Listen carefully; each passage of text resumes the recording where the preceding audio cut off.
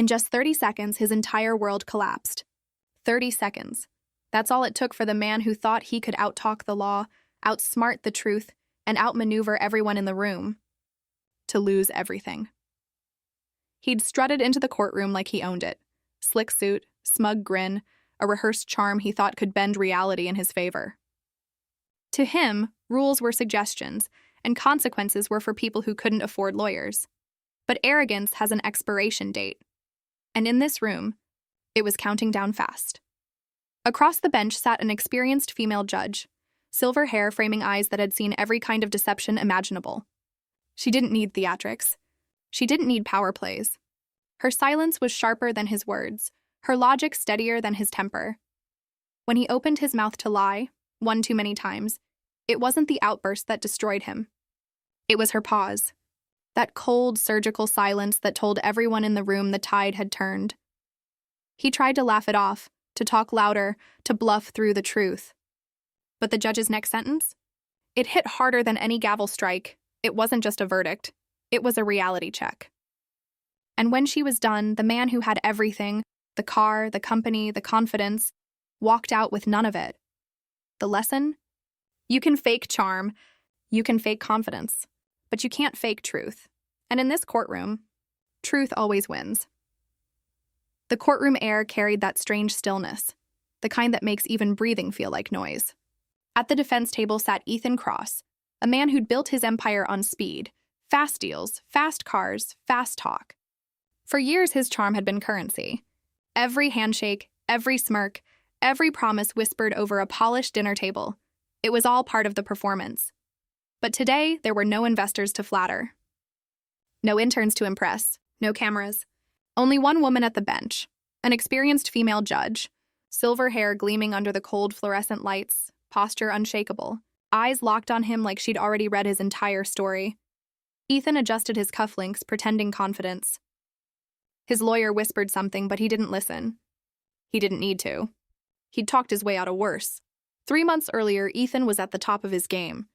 The city skyline glittered from his penthouse window, every light below him a testament to his success. Or so he thought. His company, Crossline Ventures, specialized in investment acceleration. Flashy language for short-term financing deals that bordered the line between legal and exploitative. It worked, at least until he crossed the wrong person. Maya Jennings, a former business partner and single mother who had trusted him with everything. Maya was meticulous, disciplined, the opposite of Ethan's chaos. Together, they'd built Crossline's foundation. But when profits soared, Ethan saw opportunity, not partnership. He rewrote contracts, buried fine print, and diverted funds into shell accounts under his control. To him, it wasn't betrayal. It was business. When Maya found out, she didn't shout. She didn't threaten. She simply said, "You'll see me in court." Ethan laughed. "Come on, Maya, you don't have the stomach for this." Judges love success stories. She'd only replied, "They love truth more." Back to present day, that truth now sat heavy in the air, thick enough to taste. Ethan leaned back, exuding a casual arrogance. Maya sat opposite him, calm, collected, a folder neatly stacked before her. No theatrics, no anger. Just quiet conviction. The judge looked between them. "Mr. Cross," she said evenly, "you're aware you're under oath?" "Of course, Your Honor," Ethan said, flashing that practiced smile. "Good. Then explain why you're financial records from Crossline Ventures show a transfer of $327,000 to a private account under your name, dated the same week your partner filed for distribution." The room tensed. Ethan leaned forward, spreading his hands like a salesman smoothing over objections. "That a clerical error? Happens all the time in accounting. We had multiple funds moving around. My assistant must have..." The judge raised one brow. "Your assistant must have..." He hesitated. That silence stretched just long enough for the courtroom to feel it. "Made a mistake," he finished. "Convenient," the judge said, her tone cool, surgical. "Especially since your assistant testified this morning that she acted under your direct instruction." Ethan's smirk faltered, barely, but enough. Earlier that day, the assistant, a timid young woman named Rachel, had taken the stand. She'd worked for Ethan for 2 years, always defending him when others whispered about his ethics. But the subpoena changed everything. Her voice trembled as she said, "He told me to move the funds. He said it was temporary, that he'd fix it later." I didn't realize it was company money until Maya called me crying. The courtroom had fallen silent. Ethan hadn't looked at her once. Now, sitting under the judge's scrutiny, he could feel the weight of that testimony pressing down. Maya's lawyer stood.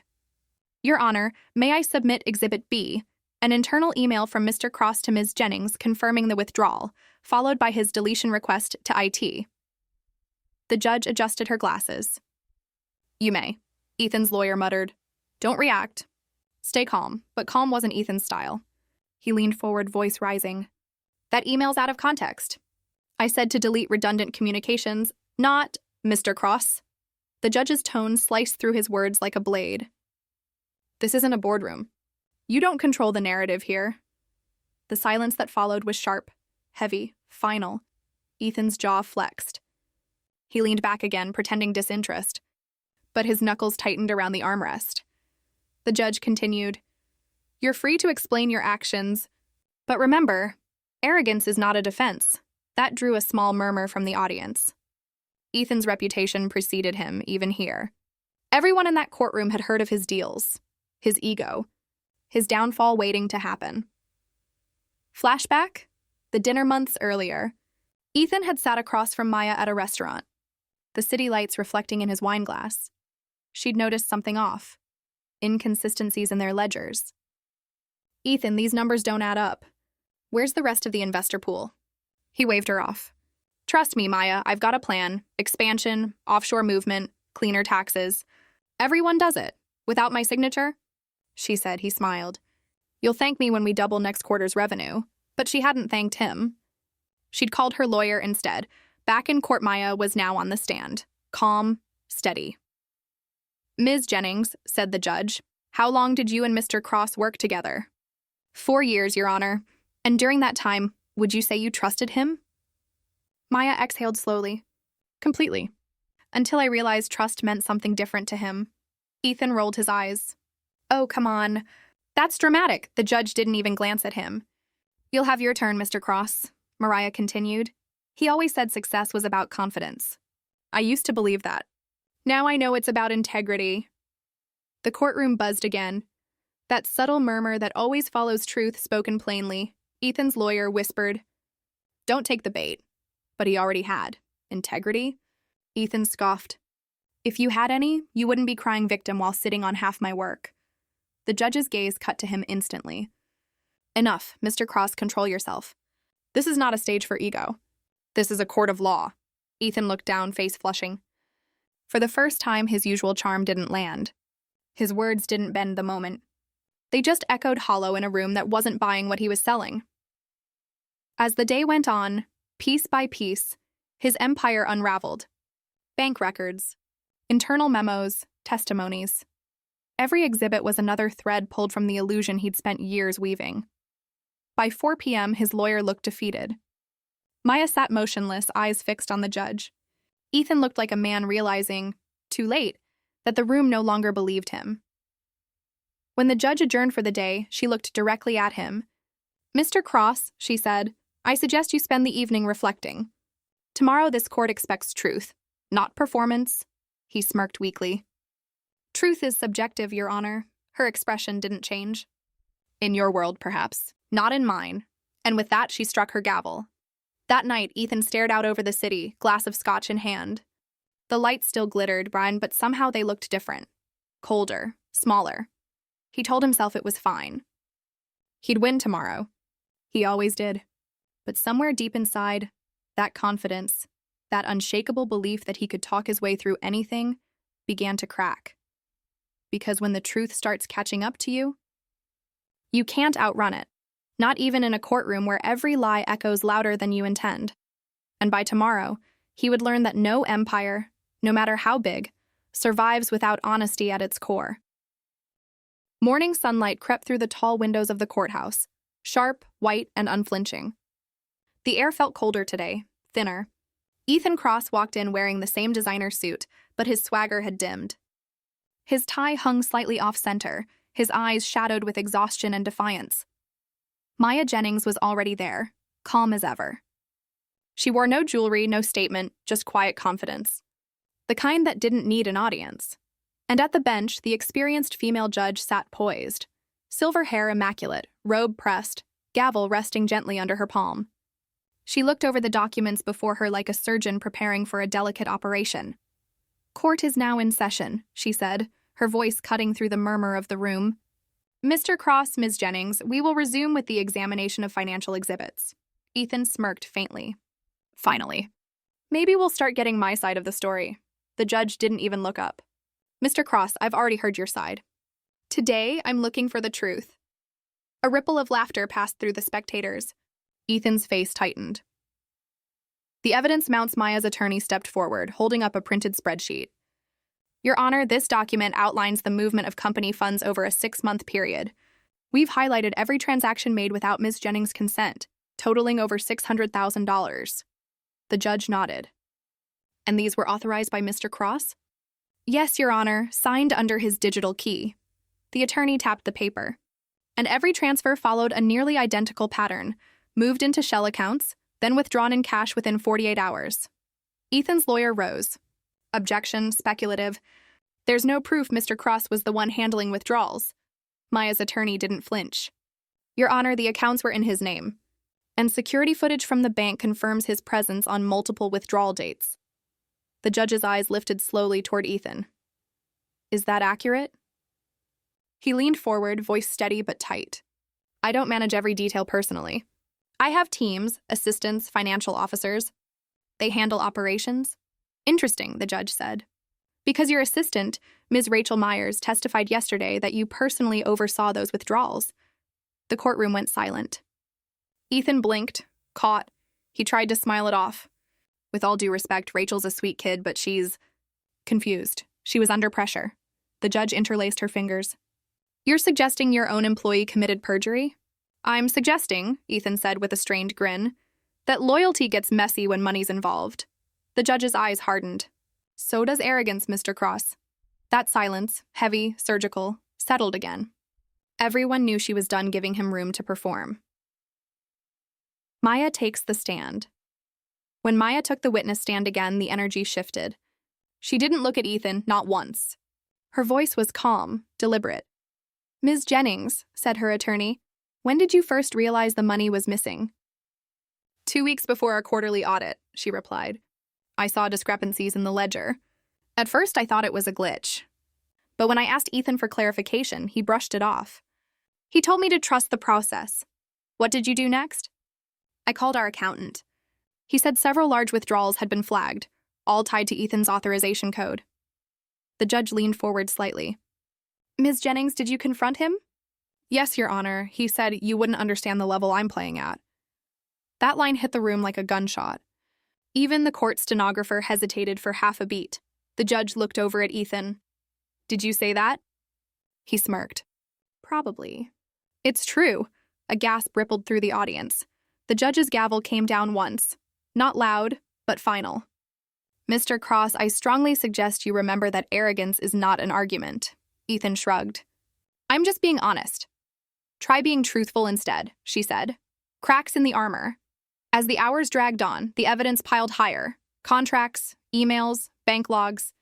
Each document was another nail in the coffin of Ethan's narrative.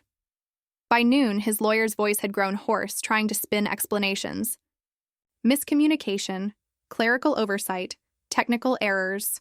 But the judge wasn't buying any of it. "Mr. Cross," she said finally, "you claim you acted in good faith. Can you provide one piece of evidence, just one, showing that Ms. Jennings approved these transactions?" He opened his mouth, but nothing came out. Her gaze didn't waver. "I'll take that as a no." He leaned back, forced a laugh. "This is ridiculous. Everyone here's acting like I'm some kind of villain. It was a business decision. Risks, rewards, that's how progress happens." The judge's voice dropped to a quiet, measured tone. "Progress without principle isn't progress, Mr. Cross. It's exploitation." Ethan looked around, as if the walls themselves were closing in. "You don't understand how real business works." "I understand integrity," she said. "Apparently you don't." The turning point after lunch, the court reconvened. Maya's lawyer called one final witness, Alan Cho, the company's former financial controller. Alan was calm, but clearly uneasy, glancing occasionally toward Ethan. "Mr. Cho," the attorney began, "can you explain what you discovered after your audit?" Alan nodded. "Yes. When Ms. Jennings left, I reviewed every pending transaction. That's when I found an internal memo from Mr. Cross, instructing us to expedite fund consolidation and bypass standard reporting. Did you question that order?" "I did. He told me, quote, 'This isn't a democracy, Alan. Do as you're told.'" Gasps again. Ethan's jaw tightened. "I never said that," Alan continued. "He also threatened to replace me if I didn't comply. I resigned 2 days later." The judge's expression didn't change, but her tone shifted. Firmer now. "Mr. Cross, these statements are corroborated by your company emails. Would you like to dispute their authenticity?" Ethan's lawyer hesitated. "Your Honor, The judge cut him off. "I asked Mr. Cross?" Ethan looked at her, and for the first time, he saw it. The wall he'd built around himself wasn't keeping him safe anymore. It was trapping him. He sighed, eyes flicking to Maya, then back to the bench. "No," he said quietly. "I don't dispute them," the judge nodded. Noted. That single word, noted, carried the weight of finality. The outburst. The afternoon dragged toward its inevitable breaking point. Ethan grew restless, tapping his fingers on the table, muttering under his breath. Finally, he snapped. "You know what?" he said loudly, cutting off his own attorney. "This whole thing's a joke. You're all so obsessed with your rules and your ethics. You think business runs on morals? It runs on power. And I earned mine." The judge's gaze lifted, slow and cold. "Are you finished?" He stood, voice booming. "No! You don't get to sit there and judge me like you're better. You wouldn't last a week in my world." The courtroom froze. The judge's expression didn't change. "Mr. Cross, sit down." He took a step forward. "No, Sit. Down." Her voice was calm, but it carried the full weight of command. The kind that made the air itself hold its breath. Ethan froze. Slowly he sat. The fire in his eyes dimmed to something else. Realization, maybe. Or fear. "Mr. Cross," she said evenly, "I've been doing this a long time. I've seen thieves, liars, and men who think money makes them invincible. But here's the thing. Arrogance might buy you time. It doesn't buy you truth. And in my courtroom, truth is what wins." He said nothing. His face had gone pale. The spectators whispered softly, the kind of quiet awe that comes when justice starts to feel tangible. End of day. 2 by the end of the second day. Ethan's empire and his confidence were both crumbling. His lawyer avoided his gaze. Maya gathered her papers with quiet grace. Before adjourning, the judge spoke once more. "Mr. Cross, we'll resume tomorrow with closing arguments. I advise you to reflect on what matters most, saving face or saving your integrity. One can be rebuilt. The other cannot." She struck the gavel, and the sound echoed through the courtroom like a heartbeat.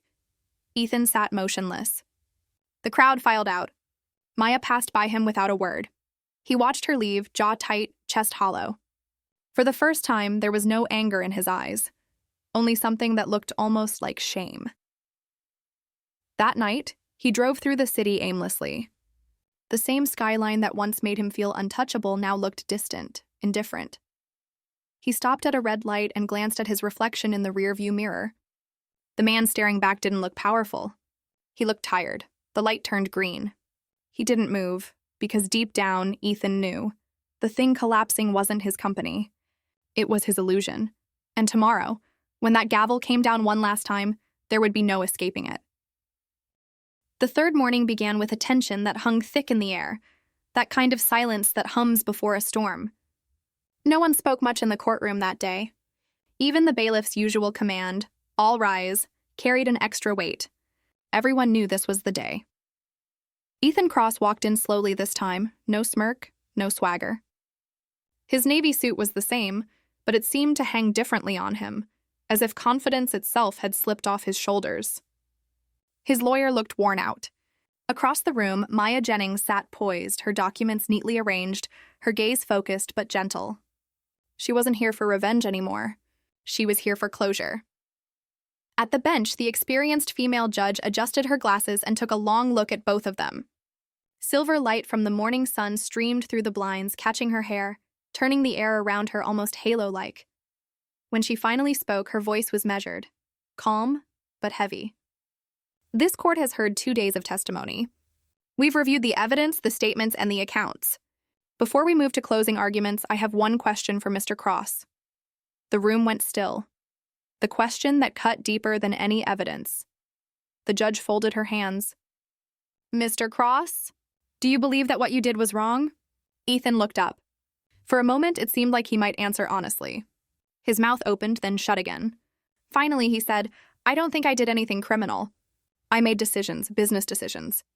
Maybe aggressive ones, sure. But that's not wrong. That's competition. The judge studied him for a long moment. Competition isn't exploitation. And deception is not a strategy. He shrugged. You wouldn't understand. You don't build empires by asking permission. Her voice lowered, soft but razor sharp. No, Mr. Cross, you build them by keeping promises. That single sentence seemed to echo across the entire room. Even Maya looked stunned. Not by the power in the words, but by their truth. Ethan sat back, jaw tight. He'd spent his whole life winning by talking. But now, every word he said only made the hole deeper. Closing arguments, Maya's attorney stood first. Your Honor, this isn't about numbers anymore. It's about trust. My client believed in a partnership, and that belief was weaponized against her. Mr. Cross used charm as camouflage, deceit as a tool, and greed as justification. He walked slowly toward the bench. The law protects fairness, not arrogance. And today, fairness asks that the court hold Mr. Cross accountable for every dollar and every lie that left Ms. Jennings' life in ruins. He sat. The judge nodded slightly. Ethan's lawyer stood next, adjusting his tie. Your Honor, my client may have been overzealous, but he's not malicious. He didn't act out of cruelty. He acted out of ambition, a drive that sometimes leads people to push too far. He's learned from this. Punishment won't fix the past, but leniency could allow him to rebuild with integrity. The judge's gaze softened slightly, but only for a moment. Thank you, counselor. She looked at Ethan. Mr. Cross, you have the right to make a final statement before I render judgment. The speech that broke the room. He stood slowly, hands trembling slightly as he adjusted his jacket. The arrogance was gone, replaced by something more human, more uncertain. He cleared his throat. Your Honor, I won't waste your time pretending I didn't know what I was doing. I knew. Every time I signed a paper, every time I smiled at a meeting, I knew exactly what it meant. I thought I was untouchable, he paused. The words hung heavy. I've spent my life thinking success was measured by how many people you could outsmart. I built things, big things, but never realized how small I was becoming. His eyes flicked briefly toward Maya. She trusted me, and I turned that into an advantage. I thought that made me clever. But looking at her now, I see it just made me pathetic. The courtroom was silent. No one expected this version of him, the one without the armor. He took a shaky breath. I can't undo what I did. And honestly, I don't know if I even deserve forgiveness. But I do understand now why you're here, Your Honor. Not to punish, but to remind people like me that power without conscience always collapses. He looked down. And it collapsed right on top of me. Then he sat. The room stayed silent for a full 10 seconds. A long, human pause that felt like an eternity, the verdict. The judge nodded once, slowly, as if weighing the gravity of everything she'd just heard. Mr. Cross, she said, you're not the first person to mistake confidence for competence, or to mistake charm for character. But what makes this case tragic is that you had every opportunity to do right, and you chose otherwise. Her tone hardened. This court finds you guilty of breach of fiduciary duty, fraud, and misappropriation of funds. You are hereby ordered to repay Ms. Jennings the full amount of $612,000, plus restitution and legal costs. Ethan closed his eyes. The words hit like slow, heavy blows. The judge continued. Furthermore, Crossline Ventures will be referred for independent audit and suspension of business license until further review. Mr. Cross, you've built your career on image, but I hope this moment reminds you that image fades. Truth does not. Then she turned to Maya. Ms. Jennings, you've carried yourself with grace under enormous pressure. This court commends your integrity and perseverance. Maya nodded, her eyes glassy but steady. Thank you, Your Honor. The judge leaned forward slightly. Justice is not revenge. It's the restoration of balance. I hope both of you find a way to rebuild. but this time, with honesty at the foundation. Her gavel struck once, echoing like thunder. Court is adjourned. After the gavel for a long time, no one moved. The audience remained frozen, processing the weight of what they'd just witnessed. Maya exhaled, a small, trembling sigh of relief. Ethan, head bowed, stared at the table. The bailiff whispered, "You're free to go." He didn't move. Finally, he stood, glancing once toward Maya. She met his gaze. Not with anger, but something else. Quiet recognition. He walked over slowly, hesitant. "Maya," he said softly. "I know words don't fix anything, but I'm sorry." She studied him for a moment. "You didn't lose because of me, Ethan. You lost because you forgot the truth." He nodded, eyes wet. "Yeah, I think I finally remember it now." Then he turned and walked out, slower this time, not as a man beaten, but as one stripped bare of pretense. The judge's reflection. Later that evening, in her chambers, the judge sat alone, the case files still open before her. She poured a cup of tea, staring at the empty courtroom through the glass wall. So many cases, so many faces. But this one lingered. Not because of the money, not even because of the arrogance, but because she saw something shift in that man's eyes when he finally stopped talking long enough to listen. She murmured to herself, "That's what justice is. Not the fall, the understanding." Maya's moment outside the courthouse, Maya stood under the late afternoon light. The wind tugged at her hair, carrying away the last remnants of fear. Her attorney joined her. "It's over," he said softly. She smiled faintly. "No, it's just beginning." She glanced up at the courthouse windows, where the judge's silhouette could be seen in the glow of her lamp. "For the first time in years," she whispered, "I feel seen." And with that, she walked away, her posture straighter, her future no longer burdened by betrayal, but strengthened by truth. Ethan's drive. Meanwhile, Ethan drove aimlessly through the city again. But this time he wasn't running from the verdict. He was replaying the judge's words. Truth doesn't fade. He thought of every boardroom he'd ever dominated, every meeting where he'd smiled his way through half-truths. It all seemed hollow now. At a stoplight, he looked up and saw a billboard. "Integrity isn't what you say, it's what you do when no one's watching." He let out a small, broken laugh. "Yeah," he muttered. "Guess I finally learned that one the hard way." And for the first time, he didn't hit the gas when the light turned green. He just sat there, breathing, because maybe for once stopping was the beginning. The courtroom was empty now. The echoes of the gavel had faded into memory, leaving behind only stillness, the kind that follows when the noise of pride finally dies. Outside, the courthouse steps were bathed in sunlight. Maya Jennings stood halfway down, holding a single folder, the official judgment papers, against her chest. It wasn't victory she felt. It wasn't triumph. It was peace, a kind of quiet that came not from winning, but from surviving. Maya's new beginning. 3 months later, Maya sat at a small desk in a new office, smaller, humbler, but hers. The sign on the door read, "Jennings Consulting, honest growth for small businesses." The slogan wasn't flashy. It wasn't meant to be. It was a promise. Her phone buzzed with a new message from a client. She smiled, sipping coffee from a mug that said integrity first. Every email, every consultation, every piece of advice she gave now came with a little extra weight, the kind that only experience can give. A knock on the door pulled her out of her thoughts.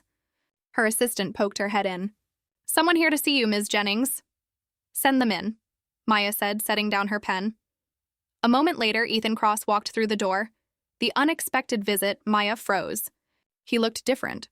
Smaller somehow, not in stature but in presence. His once slicked hair was loose, his designer suit replaced by a plain button-down. He carried a single envelope. "Before you say anything," he began softly, "I'm not here to cause trouble." Maya's jaw tightened. "Then why are you here, Ethan?" He hesitated. "Because I owe you something. Not money, I've already paid that. Something else." She crossed her arms. "I'm listening." He stepped forward, placing the envelope on her desk. "It's a letter for you." "And one for the judge," she frowned. "What's this about?" "I started a foundation," he said quietly. "For young entrepreneurs, people like I was before I lost my way. It focuses on ethical business practices, transparency, accountability. Maya blinked, caught off guard. You? He smiled faintly. Yeah, me. Turns out humility's a better business model than arrogance. She didn't respond right away. He continued. The judge's words. They stuck with me. You build empires by keeping promises. I thought about that for weeks. Then I realized the only promise I hadn't broken yet was to change. The letter, she opened the envelope. Inside was a handwritten note, neat, deliberate, and brief. Maya, you were right. Trust isn't weakness, it's strength. I mistook power for control and learned the difference too late. I don't expect forgiveness. I only hope my next chapter honors the lesson you gave me. Thank you for teaching me what winning really means. Maya read it twice. Then she folded it gently and set it aside. She looked up. You really mean this? He nodded. For once in my life, yeah. The silence that followed wasn't cold this time. It was understanding. Maya finally said, I don't know if I can forgive everything you did. I don't expect you to. He smiled faintly. I just hope one day when someone mentions my name, you don't feel anger. Maybe just pity, she tilted her head. No, I don't feel pity. He looked surprised. She gave a small, tired smile. I feel hope. The judge's perspective. That same week, the experienced female judge sat in her office surrounded by case files. She'd handled hundreds of trials since Ethan's, but that one still lingered. A knock on her door interrupted her thoughts. Her clerk entered holding an envelope. This came for you, Your Honor, from a Mr. Ethan Cross. She raised an eyebrow. Really? Opening it, she found a letter similar to Maya's. Your Honor, you said arrogance doesn't buy truth. You were right. I've spent my life running from accountability, dressing it up as ambition. You saw through it in 30 seconds, the moment I opened my mouth. That moment, when you told me that empires built on lies collapse, changed me. I'm not asking for approval. I just wanted you to know that your words mattered. They broke something in me that needed breaking. Thank you for not letting me get away with it. Ethan Cross. The judge smiled faintly and leaned back in her chair. Good, she murmured to herself. Maybe he finally learned the law that matters most. Her clerk looked puzzled. Which one, Your Honor? The unwritten one, she said, sipping her tea. The law of conscience. Ethan's new chapter. 6 months later, Ethan stood in front of a small crowd at a community business forum. Behind him, a modest banner read, The Cross Foundation, Building Better Businesses. He took the microphone, scanning the audience of young entrepreneurs. I used to think being the smartest person in the room meant I'd already won, he said. Now I know it means I've stopped learning. He told them about mistakes, not as excuses, but as warnings. About greed disguised as ambition. About charm that turns into manipulation. And when he spoke the judge's words, progress without principle isn't progress. It's exploitation. The room went silent. Afterward, a young woman approached him. Mr. Cross, how did you change? Really change?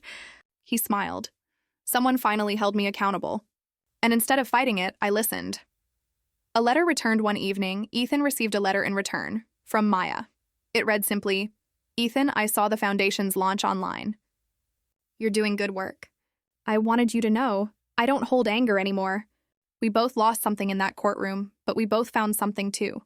I wish you peace. Maya, he read it 3 times. Folded it carefully and tucked it into his wallet. For the first time in years, Ethan smiled. Not the rehearsed grin of a salesman, but a real one. The kind that comes when you've stopped running from yourself. 1 year later, a year passed. The world moved on, but the echoes of that trial lived quietly in 3 people's lives. Maya, Ethan, and the judge. Maya's company had grown steadily, helping dozens of small businesses rebuild after financial losses. She was featured in a local newspaper under the headline, Honesty is Good Business. The judge clipped the article and pinned it to her bulletin board. Ethan's foundation continued to expand. He refused large investors, insisting on transparency and education first. He no longer needed to be the biggest, only the most genuine. One afternoon, he stood outside a courthouse. Not the same one, but another, smaller, quieter. He watched a nervous young man pace the steps, holding a briefcase. First time? Ethan asked. The man nodded. Yeah, business dispute. I don't even know if I did the right thing. Ethan smiled softly. Then tell the truth. It's lighter to carry, the young man blinked.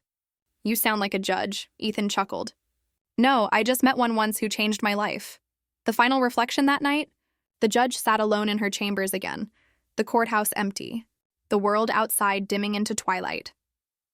She thought about the hundreds of cases still waiting, the liars, the hopefuls, the broken. And she realized something profound. Justice isn't about punishment. It's about recognition. Seeing truth for what it is, ugly, raw, liberating, she whispered softly to herself. Sometimes, all it takes is 30 seconds to change a life. Epilogue. The story of Ethan Cross became a quiet legend in courthouse circles, a tale not of downfall, but of awakening, because sometimes losing everything in 30 seconds isn't the end. It's the start of something honest, and as the judge once said, you build empires by keeping promises.